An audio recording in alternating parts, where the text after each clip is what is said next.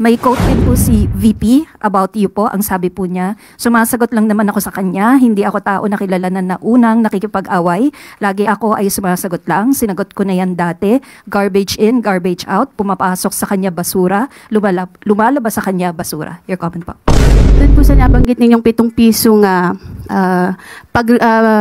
baba ng Duterte administration, pwede po ba ninyong i-clarify yun kung talagang 7 piso gagawin 7 piso kada kilo yung bigas that time, or yung sinasabi po ng dating Pangulo na reduce o bawasan lang ng 7 piso yung presyo po ng bigas. Hindi pa nabanggit ko lang po yung vlog, Yusek, ano po, para lang po hindi Miss Eden, pasensya na po, hindi po ako makakasagot ng anumang sinabi ko outside from this press briefing. Kung ano man ang aking naging opinion personal, pag-usapan natin sa labas at hindi dito po. Parang maka-apekto rin po dun sa mga ng Pangulo na medyo iba yun. Ms. Eden, kung ano po ang inyong pakay patungkol po dito, inuulit ko po, ang aking pag-vlog ay wala pong kinalaman ang palasyo, ang Pangulo at ang gobyerno.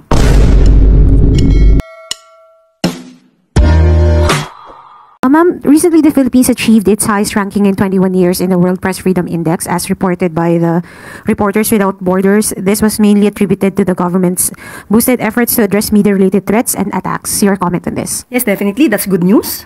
The President is delighted with that latest ranking of the Philippines in relation to its upholding the press freedom. Okay, it shows that the President respects one's rights of expression and the responsible journalism. So maganda pong ito po ay maganda po na naipapakita ng Pangulo na the President is not gearing towards dictatorship. Malaya po ang pamamahayag na nakikita po natin sa kasalukuyan. Ma-follow up lang po. How can the present administration, particularly the Presidential Communications Office and other relevant agencies, ensure that that the rights of media workers in the country are upheld and recognized? Lalo na po kamakailan, unfortunately, may napas lang pong isang veteranong mamamahayag. Katulad po, noong pa pong 2024, ipinangako naman po ng Pangulo. And I quote, ang sabi po ng Pangulo, "Be assured that we are doubling down on our commitment to protect our journalists and to uphold press freedom. We stand with you, hand in hand, in this fight." So hanggang ngayon po, 2024 po yan sinabi ng ating Pangulo. At ngayon po ay nakita niyo po ang nagiging resulta. Paiigtingin pa po ng ating Pangulo, ng administrasyon, ang kalayaan sa pamamahayag. Asahan niyo po yan. Thank you, ma'am. Clay Pardilla, People's Television. Good afternoon po, Yusek. VP Sara Duterte calls the complaint against Congressman Pulong Duterte a part of the administration's political attacks. Your reaction po? As I have said during the last press briefing, that the Vice President should have at least leveled up in her discussions, in her responses, in certain issues. But it seems that she never heard anything in regard to that. O she just refuses to listen. Hindi siya nag-level up. Mas parang bumaba pa. Inuulit niya muli ang kanyang mga excuses na pamumulitika, politicking. Kung ito ay patungkol sa inyong kapatid, sinabi niya po sa interview, hindi pa niya nakakausap si Congressman Pulong Duterte. At malamang ay hindi niya rin po nadinig ang interview sa kanyang kapatid. At ito po ay nasama na po sa news. At and I quote, sa Tagalog po ito, pero he said it in Cebuano. Sa akin mga kapatid na Davaoenyo, ngayon nakita nyo na naman ang video. Matagal-tagal na yon nangyari. Sige lang, decision nyo po pa rin kung sino ang iboboto nyo sa pagka-congressman sa unang district. Di ako makikialam sa Adi Duterte sa wikang Cebuano. Cited po ito sa isang news article ng Abante. Now, kung inamin naman po ni Congressman Pulong Duterte, ayon sa kanyang pag-interview, hindi niya tinanggi ang video, papaano ipapahid ng Vice Presidente ang ginawang ito ng kanyang kapatid sa Pangulo at sa administrasyon? Nabanggit dito na ang pag-hire, pagkuha ng ibang mga kababaihan for their own satisfaction, ang sandaling kaligayahan, bakit ito ibibintang sa Pangulo? Hindi ba dapat sagutin na lamang nila kung ano ang complaint? Definitely, Congressman Pulong Duterte is a public servant. He should know his obligations. He should know the laws. He should know what good traits of a leader should be. Or what good traits that a leader should describe himself. Ma'am, follow up po. How does Malacanang CVP Sara publicly defending Kong Pulong and their history of siding with figures involved in serious crimes like Pastor Kibuloy, who's facing sexual abuse and human trafficking charges? Yun na po ang nangyayari. Ganyan po ang nangyayari kapag ka po kakampi, kaibigan, parang gustong agad ipawalang sala at kailangang ibato ang kasalanan sa pamumulitika. I just would like to remind you of one of the episodes of Gikan sa Masa Q&A. That's, if I'm not mistaken, that's March 10, 2024. Okay? When the President was interviewed by certain media personnel or vloggers, Pastor Kibuloy admitted that he was once complained of illegal conversion land. Illegal land conversion wherein she could be imprisoned for 6 years. Ang sabi po ni Pastor Kibuloy, nagpapasalamat siya kay Mayor, or tinawag niyang Tatay Digong, Mayor Digong, dahil si Mayor Digong ang lumakad. Pinuntahan ang dapat puntahan. So ano po ba ang nangyayari kapag ganito po ang sinasabi? So, kung dapat may managot po dito sa ginawa po ni Congressman Pulong, since kanya naman pong hindi idininay, kanya pong inamin ang video, lumalabas sa kanyang interview, di dapat managot ang dapat managot. Tina Panganiban Perez, GMA News.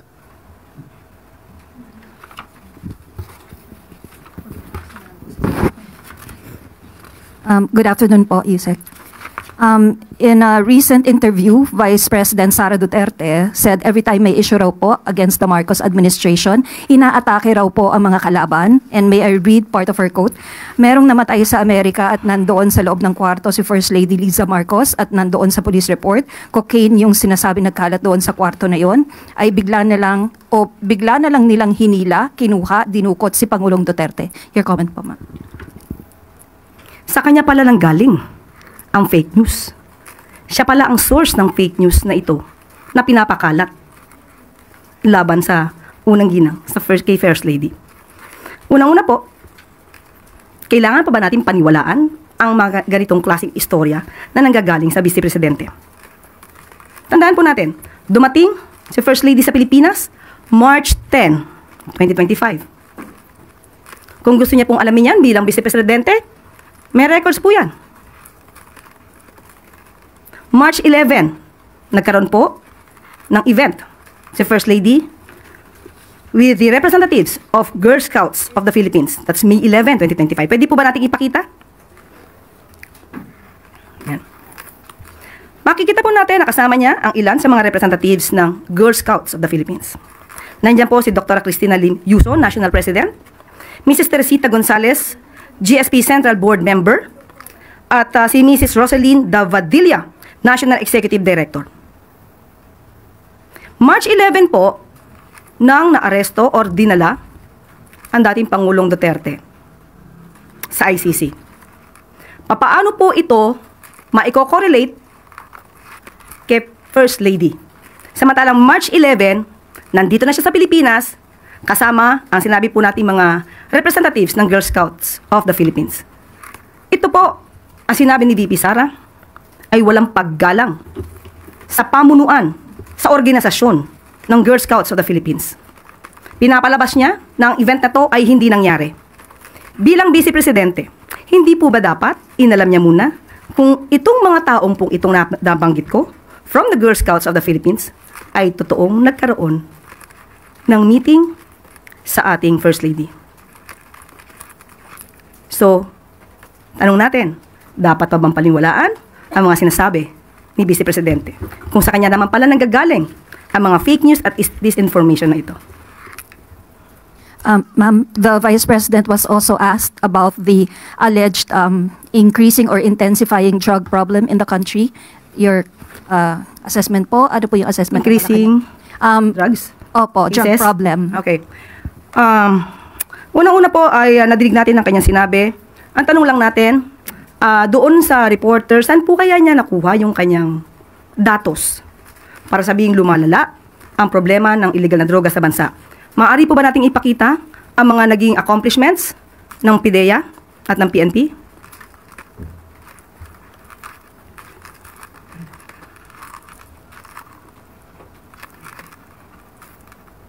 Makikita niyo po sa screen kung ano po yung mga nangyari at naging accomplishments po ng PIDEA at PNP.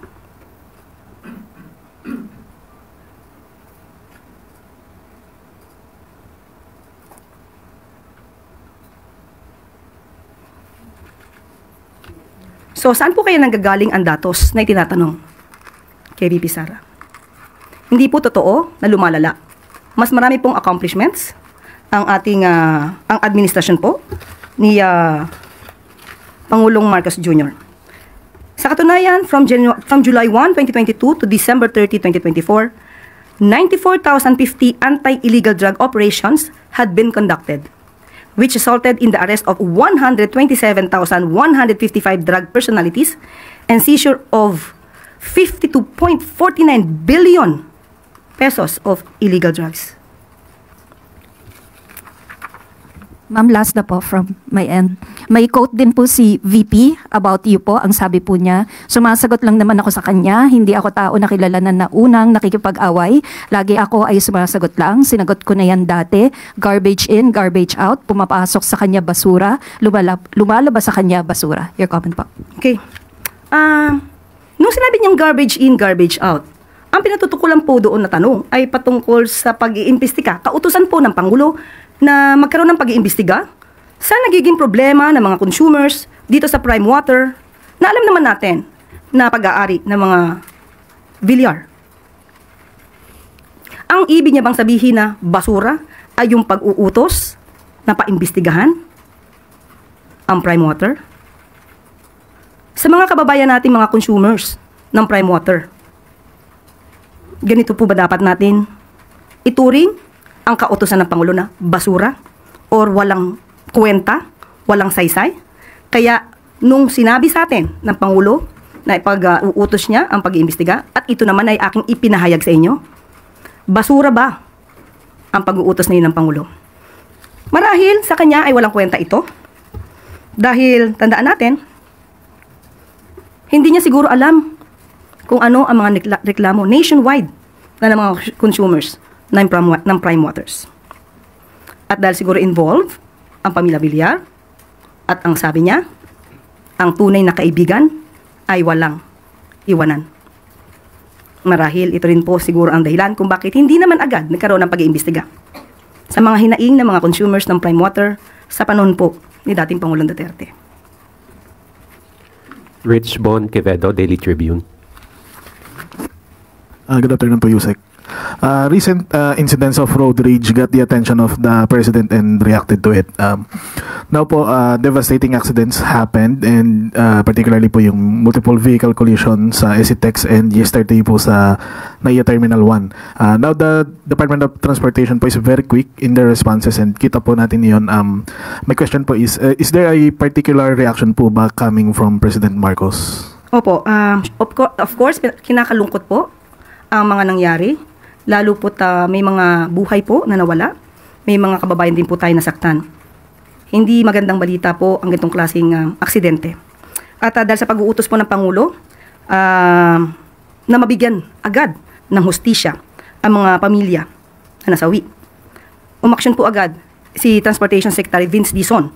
At siya po ay nagbabala at nagbigay na rin po ng agarang pag-uutos patungkol po sa regular and mandatory drug test for public utility vehicle drivers, effective immediately. Napakaganda pong kautusan po yan. At yan din po ang direktiba po ng Pangulo para po maiwasan kung ano man po ang maaari pang mangyari na aksidente. At dapat po ang mga motorista at ang mga commuters din po natin ay mag-ingat po sa pang-araw-araw nilang pamamasada at pagsakay sa ating mga PUVs.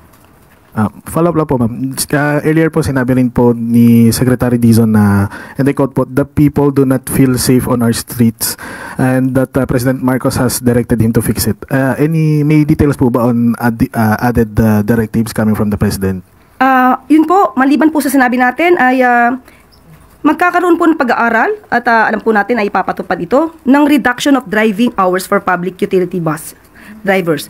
Dapat pag-aralan po ito. Kasi tandaan po natin, kapag sobra po ang oras ng pagdadrive ng isang driver, maaari po ito makaapekto sa kanyang kapasidad na mag-drive ng maayos at titignan po nila kung anong oras ang nararapat.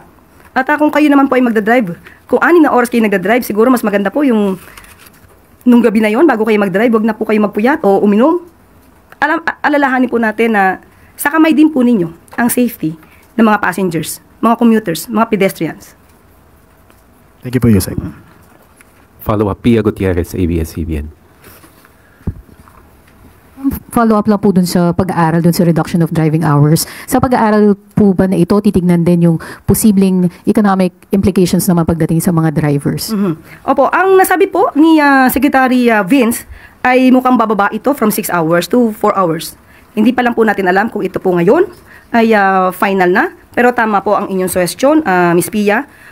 Siyempre po kapag po nagbawas ang oras, bawas din po ang kita ng drivers.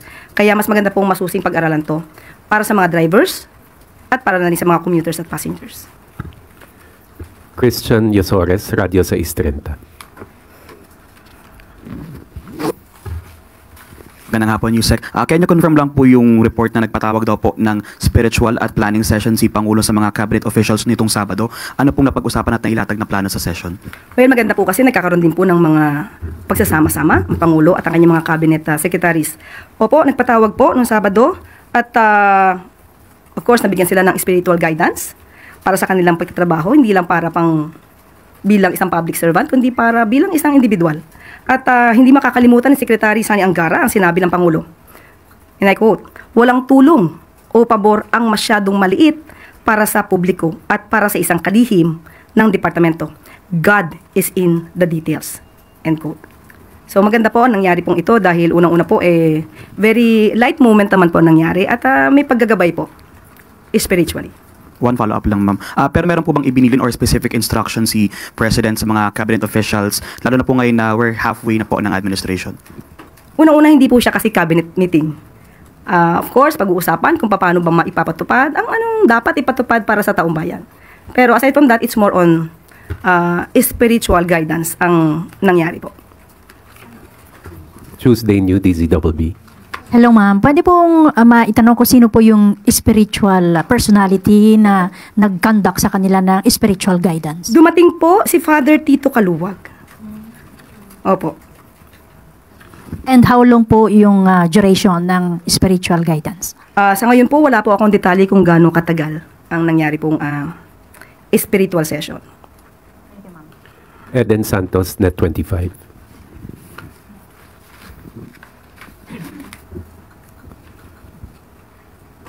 Good morning po, Yusek.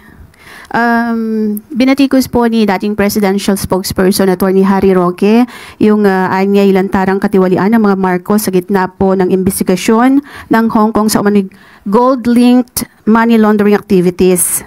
Ito po yung nabanggit din sa isang media entity dito sa Pilipinas, bukod po doon sa mga report from Hong Kong and Taiwan. Nakarating na po ba ito sa kaalaman ng Pangulo? Ano po yung kanyang reaction kaugnay nitong panibagong allegation po na ito? Wala pong katotohanan. Yun lang po. So you categorically deny po ito? Walang katotohanan. Doon po sa pagdalo ng Pangulo kanina po sa One Cebu rally sa Cebu, yung po ang presensya ng Pangulong Marcos ay sign po ba yon na yung suporta niya kay suspended Cebu Governor Gwen Garcia ay parang sign din na sinusuportahan niya yung paglabag or hindi pagsunod ni Governor Gwen doon po sa kautusan ng Ombudsman? Wala po tayo nakikitang ganun. Yun lang po. Doon po sa nabanggit ninyong 7 pisong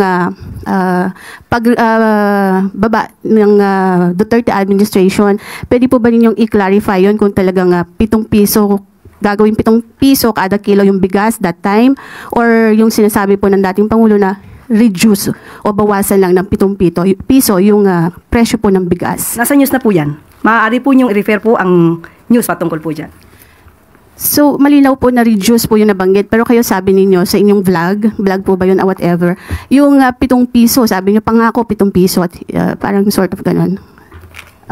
Pwede po ba linawin lang natin yun para hindi naman na pagmula ng fake news? Sa vlog po ba? Nakita, napanood po sa Hindi po yata yun nabanggit sa press briefing. Opo, hindi po sa press briefing. Parang you're talking na pinapakita niyo pa yung SONA something ni PRRD. Para lang po magkaroon ng sa halip Hindi na... po yun pahayag ng Pangulo. Nandito po tayo sa ating press briefing para ihayag po ang direktiba, announcements ng palasyo. Hindi po patungkol sa aking pag-vlog. Hindi pa nabanggit ko lang po yung vlog, Yusek, para lang po hindi Miss Eden, pasensya na po, hindi po ako makakasagot ng anumang sinabi ko outside from this press briefing. Kung ano man ang aking naging opinion personal, pag-usapan natin sa labas at hindi dito po.